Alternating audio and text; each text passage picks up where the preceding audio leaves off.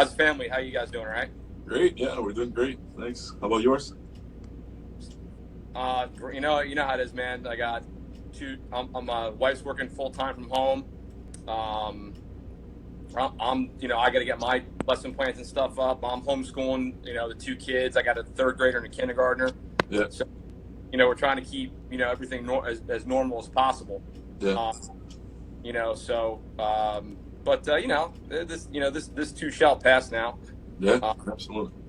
So it's been pretty crazy with the book, man. It's been flattering, like the amount of attention internationally that it's been getting.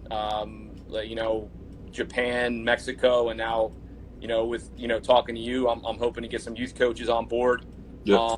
In Brazil, and anything I can do, anything you need from me, man. If guys want to Zoom or they want to talk ball, we're all sitting home, right? You know what I mean? At the end of the day, everybody's sitting home.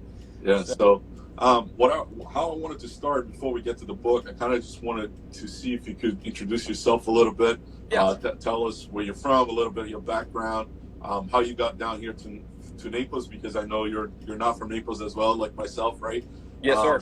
And then how you got involved with football, at what age, and what you're currently doing, and then we'll kind of go into the book if you don't mind. But just kind of get a little bit of your background.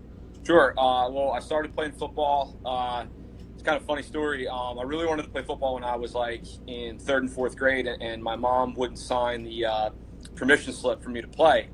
And my cousin Kevin and I played Little League Baseball together, and my Uncle Tom, who was a Pop Warner coach in Manasquan, New Jersey, where I grew up, convinced my mom to sign the permission slip sixth grade summer.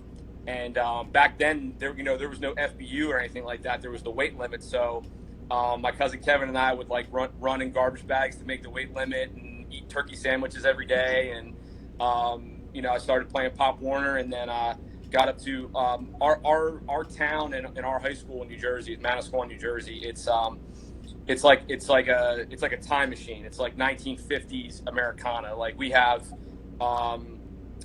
like a bonfire before the Thanksgiving game. Like we do a parade. Like we have seven sending district towns that go to the high school, and all the fire trucks would go the night before Thanksgiving down to the bonfire, and then the football team and the band, and then Santa Claus for the kids, throw candy at the kids and stuff, and all the floats. So it's a really, really special place to grow up. And then started playing obviously in high school, and played for one of the my biggest mentor, which was Coach Vic Cabu. He was a longtime defensive coordinator for one of the greatest high school coaches in our state, Coach Warren Wolf at Brick High School. And then Coach was Coach went to Manasquan with my mom's oldest sister, my aunt, and he came back and in 1986, and then had cousins who played for him, and then I played for him, and I went on to play college football at St. Peter's College in Jersey City, which was a small FCS school. It was like the old MAC conference up in the north. A lot of schools don't play ball anymore. They got rid of the programs because of money. And then when I was 14 years old as a freshman in high school, I knew I wanted to be a teacher and a football coach. Obviously, God had different plans for me because I'm 5'8" on a good day. So got involved. I went back and I student taught for my linebacker coach, my junior and senior year, Coach Dave Price. And then when I was student teacher, that was my first year coaching, which was 2001. Was fortunate enough to help out with the varsity linebackers, and we won a state championship that year, my first year, and just parlayed that into my first coordinator job in 2006 at Matawan High School, and then was there for a few years, and then went back to Manasquan, and was in New Jersey for 14 years total. And then my brother-in-law, who is a college football coach, he was at the University of Missouri at the time, and he was recruiting the west coast of Florida. And my goal, and if my wife was here, she'd tell you, I never thought about leaving Manasquan. I wanted to be a head coach there and just kind of ride the days out. And but in the Northeast, I'm sure you have friends up there. The cost of living is astronomical, and it's not going down.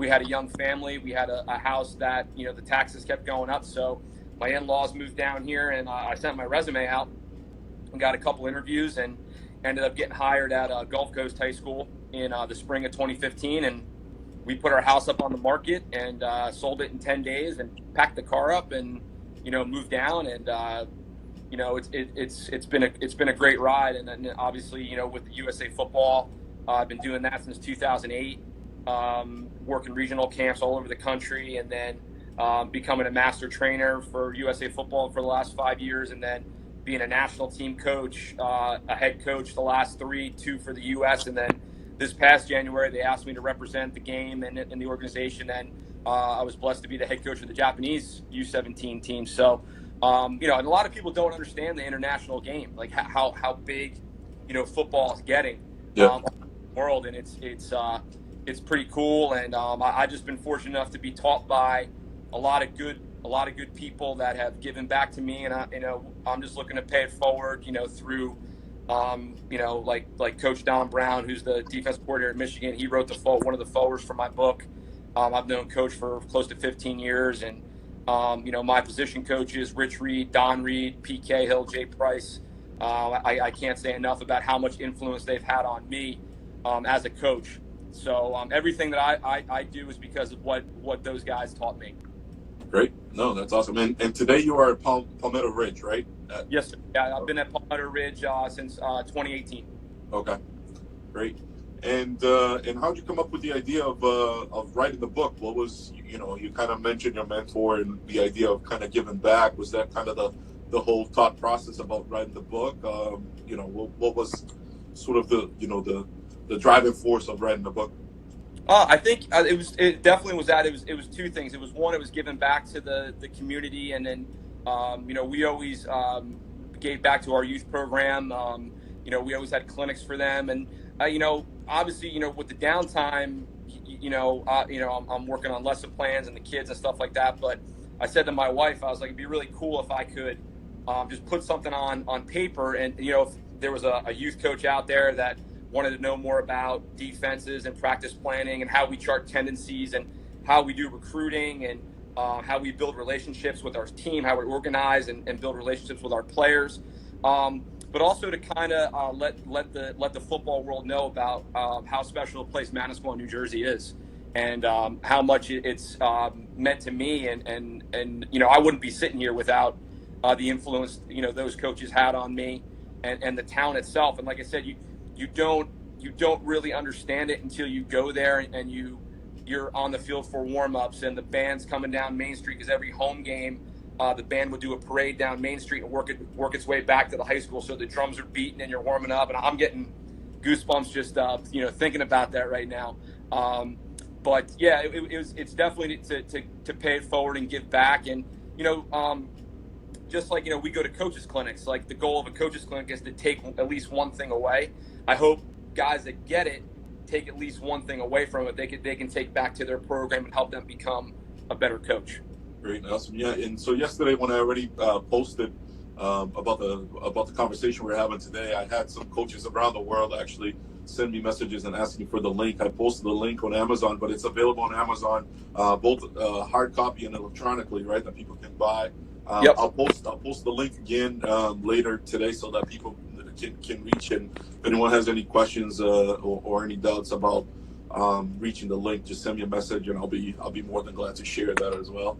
I want to kind of ask you a question about something that you brought it up. You mentioned you coached the Japanese under-17 national team, and obviously you coached the U.S. team as well, right?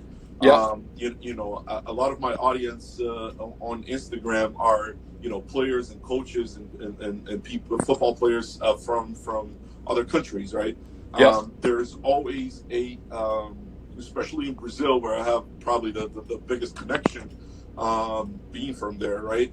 There's always a demand for coaching, right? And new ways of coaches and different ways of coaching.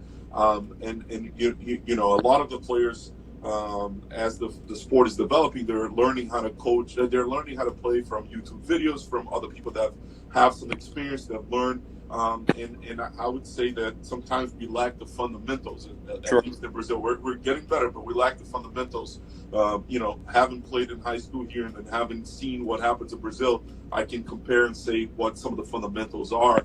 I was wondering if coaching the Japanese team and then coaching the American team, you were able to notice that as well, that some of the fundamentals are missing, or do you feel that it's pretty in part with what we have in the U.S.?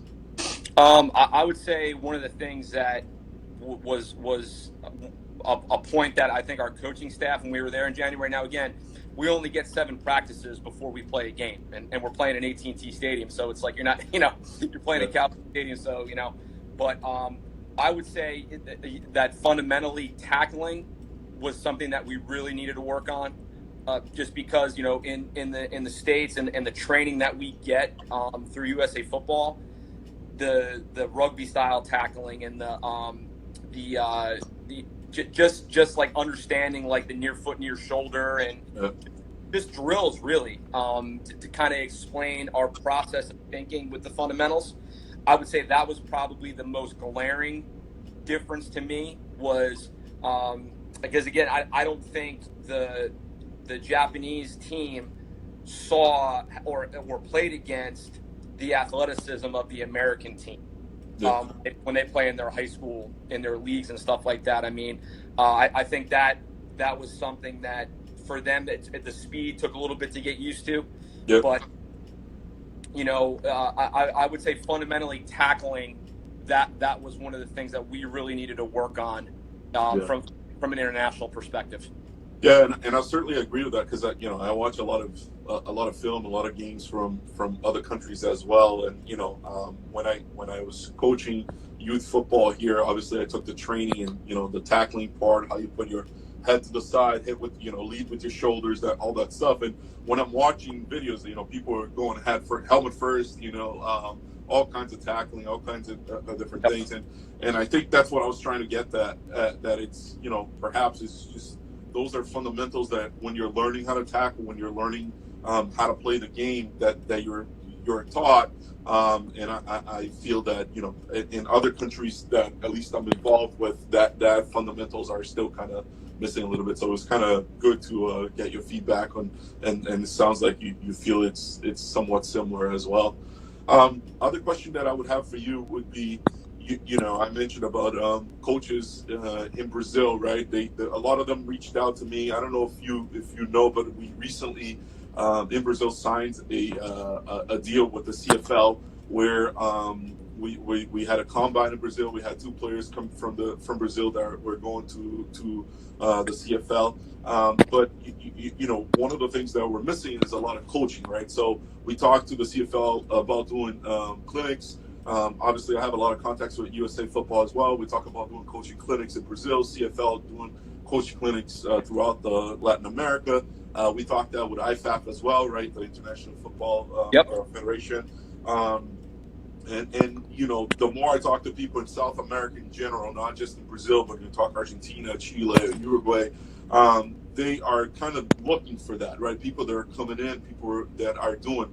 Obviously, when you think of doing those, there's a cost related to it. It's difficult to get people there. The leagues don't always have the money or the means to do it.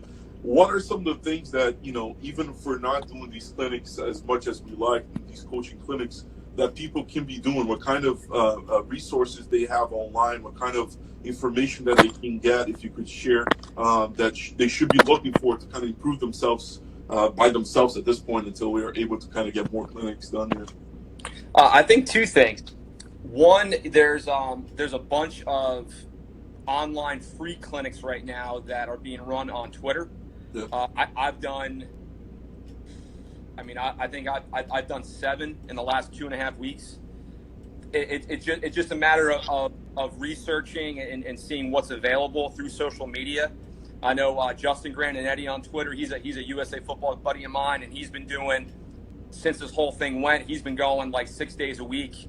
And the nice thing is, what he's doing is you can go on his Twitter profile, and there's a link to a Google Drive that has every clinic that he's had is uploaded. So guys that want to know about, I mean, I did 3. I'm actually doing a 4th one for him this week. I've done 3. I mean, and there's coaches from all over the country. Yeah. You know, it's on everything you could have been. I mean, defensive back play. Jake Plummer was on last night with Justin talking about quarterback play. And, that guy played in the NFL, for however many amount of years, right? Yeah. But it's free. And you just copy and download that Google Drive link, and you'll get every single one of those. So I think just kind of doing a little research on social media. I would say also too is don't be afraid. And one of the things I mean, this is just my personality. I'm not afraid to reach out to college coaches, especially because like we were talking about before, everybody's sitting home. Yep. So like yesterday, I was on for an hour with the DC at Nebraska talking about their stuff. 2 days before, I was on with the DC of Georgia talking about their stuff. It's just getting the contact information and reaching out. And even like high school guys like us, like if you're friends with us on Facebook or you follow us on Twitter and DM us, I'm more than happy to do a Zoom at no charge with anyone. Because again, I think because of the way the game is growing globally, I think that people want to kind of get out there that this is why I say this all the time. This is why this is the greatest sport in the world. Because you look at what you and I are doing now, how many people we're reaching, throughout the world. This stuff's awesome. Yeah, absolutely. No, I agree. Yeah, I've talked to USA Football too in regards to translating some of the documentation into Portuguese, Spanish as well, right? But sure. Because obviously we have language limitations. You have those that speak English, and the documentation today would help them. But they did something similar in Japan, actually, that you were mentioning, where they translated to the material to Japanese, and then the Federation of Japan kind of share with their coaches as well. So we were talking about that. Obviously for those that are limited with the language. So that's hopefully we can kind of accomplish something like that to help even more people, right? The more languages we have, obviously, the more people we can touch. Now, I kind of wanted to bring it back to your book a little bit. Okay. And, we talked about being something that it's kind of paying forward, talking about your hometown, talking about the experiences that you had.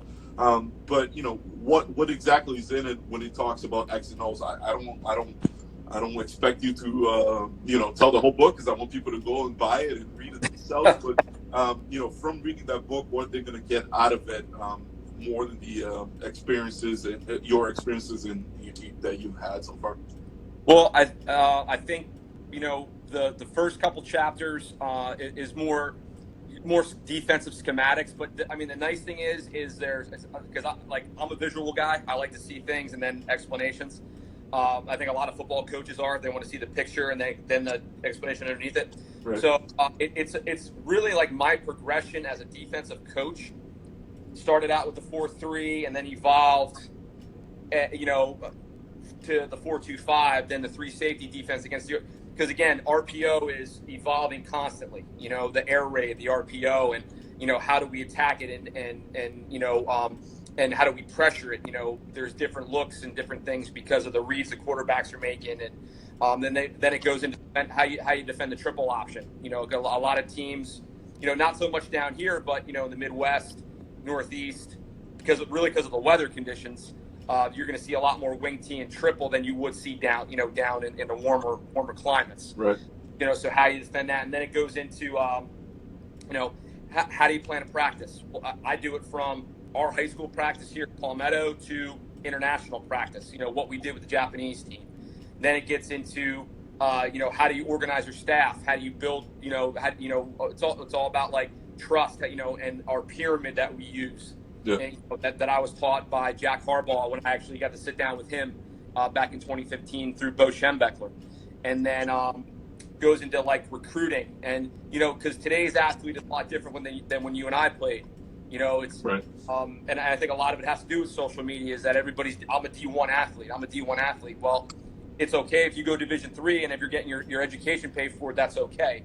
Yeah. You don't be a D1 athlete. So kind of it'll give the youth coach too, like the older youth coach, it'll give them an idea of, well, how do things go in the States? Like, what is an NAIA school? What's a Division III, 2 FCS, and how all that stuff works. because I'm the recruiting coordinator for our high school, so I deal with that every single day. Talking to different colleges and things like that, and what requirements go into the clearinghouse and the NAI eligibility center and stuff like that. So it's not just a football schematic book.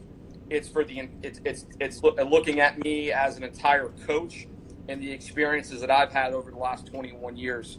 So I think you can get something defensively schematic stuff. And then you could also look at, well, maybe I can look at his practice schedule and get something a little bit different, or how does he do recruiting, or, I'm really looking to kind of do a team building session. How do I build and bond with my players? So that's all in there. Awesome. So it's not just about the X and O's, but also building the program itself, right? And keeping a program running. Absolutely. Another question I wanted to ask you. So, I'm not originally from Florida. I was born in Brazil, moved to Boston, grew up in the Boston area, and then moved there you down go. Here, 4 years ago. And one of the things I've learned since moving here in terms of football is college and high school are completely different than what I was used to back in Massachusetts, right? College, and quite honestly, I think here probably college is bigger than pro football, right? I think if you think about the all the teams that we have here and everything. But I also saw that high school is very different, right? So I played in high school in Somerville, Massachusetts. I was a kicker, obviously being from Brazil. It was a D1 school. And yes, I mean, we had, a big, we had events, we had pep rallies, we had all that stuff and everything. Then we had people in the stands, but I went to my first high school game down in Florida, and it was actually at Gulf Coast High School. I went with my wife and my daughter, and we stood in line about 20 minutes to get into the game because there was a huge line of people buying tickets, and the stands were full, and people were, and just it's a mini college game. It really is. And what I wanted to kind of ask you is, how was that difference for you as well, coming from New Jersey to Florida? How did that differ to you? Because to me, it was an eye opener, right? I realized the importance of high school football and college football in Florida is much bigger than pro, which I was used to. Pro being the big thing in Massachusetts, right, with the Patriots and all this stuff. So that's what I was used to, and then I moved here, and you can see that pro is still big, but it's more in the background, if you will, and then high school and college is bigger. Was that something that you experienced when you moved down here as well? Yeah. I mean, our high school games were we probably had like 1,100 people at a game in Jersey. I mean, obviously playoffs, there'll be more people. Or Thanksgiving was always the big game because everybody's coming home and things like that. It was a crosstown rival and everything. And but I mean, you're talking like, when I was at Gulf Coast, I mean, you're talking about a 400 person band. It's an event. It's an event because you have so many moving parts, and you have 3,000-4,000 people, and then you get the rivalry games are like when we would play Barron, there'd be 5,000, 6,000, 7,000 people. Now, like at Palmetto, same thing. Like when we play Golden Gate, it's packed. But every game, it's just a different. And that's what I tell my coaching colleagues in New Jersey. They're like, well, what's the biggest difference? I'm like, come to a Friday night game.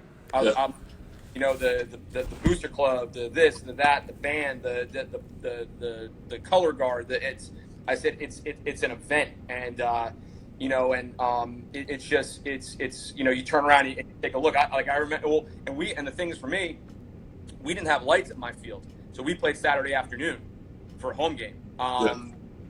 So now playing. When I first moved down here, getting used to playing every Friday night was a little bit of a change. But yeah, you're right. I mean the amount of people that are here. Like I can remember 2016 when we were playing South Fort Myers for the district championship at Gulf Coast, and and we were like honoring the all-decade team. The amount of people that were waiting in line to get into the game. Like I remember walking out for warm-ups, and I was like, it felt like a Thanksgiving game back home in New Jersey.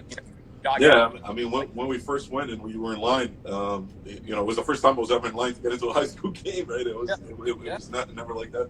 And I tell people when I go, When I go, I talk to people around the world and I tell them about the programs and how to build the programs and try to help them build a program.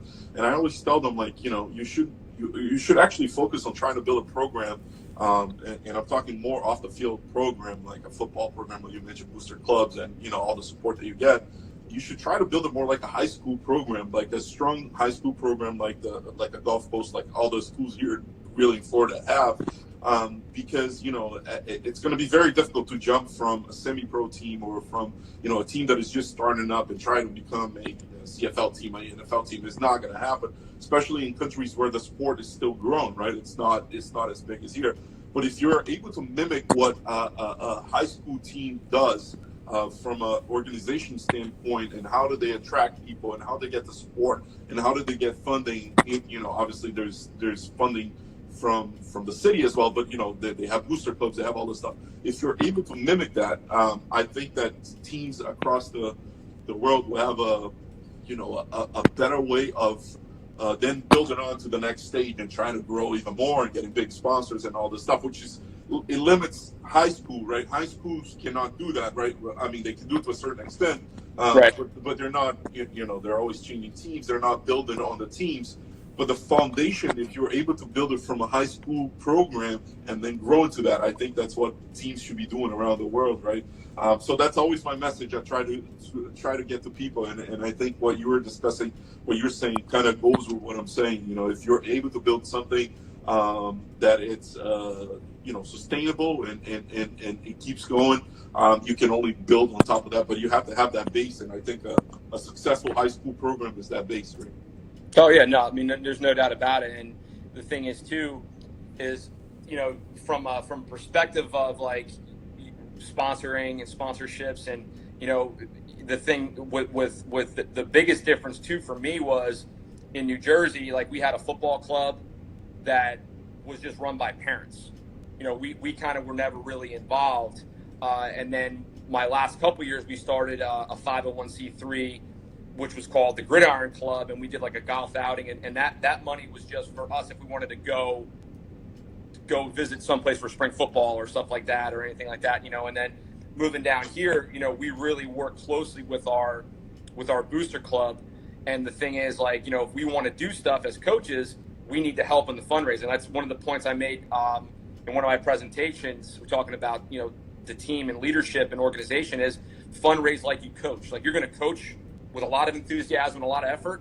If you want stuff, if you want to go places, like if you want to come to the States, or you want to do take a team trip to a college or something like that, you got to fundraise, because unless you get someone that's going to write you a check, which obviously now in today's climate, more than likely ain't going to happen. Yeah. Everybody, furloughed or whatever.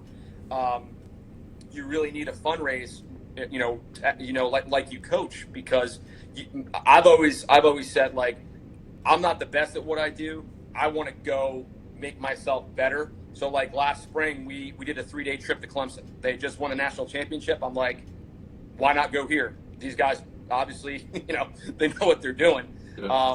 So we ended up fundraising and ended up going to spend 3 days with the staff at Clemson. So it's you're going to get out of it what you put into it. Yeah, absolutely. Well, I don't see a lot of questions here, but I wanted to thank you for taking the time and speaking with me. Obviously, I mentioned before, but the book is on Amazon, right? People can buy the book on Yep. Amazon, both hard copy or electronically. I'll put the link again on my page. I'll share both here on Instagram, on Facebook, the link to the page. Is there a place that if people have any questions, you mentioned you're willing to kind of have Zoom calls or answer any questions that people might have? Is there an email or any contact that they can reach out to you? If they want to follow me on Twitter, that's probably the best, because I can look at the direct messages. It's just literally at Coach PJ Gibbs. That's my Twitter handle. Okay, PJ Gibbs. Yep. Right on Twitter. At Coach PJ Gibbs. Yep. Okay. Yeah, and then obviously if you can't find it, reach out to me, and I have Coach's contact too, and I'll put people in contact as well. So again, thanks for taking your time to talk to me. I truly enjoyed. Hopefully, when the situation is is it's better we can meet up, talk in person a little bit more, right? It'd be great. And kind of work together. I'm not too far from Palmetto Ridge, so I'll have to go there, and hopefully when Love we're that. back, I'll go to a couple games.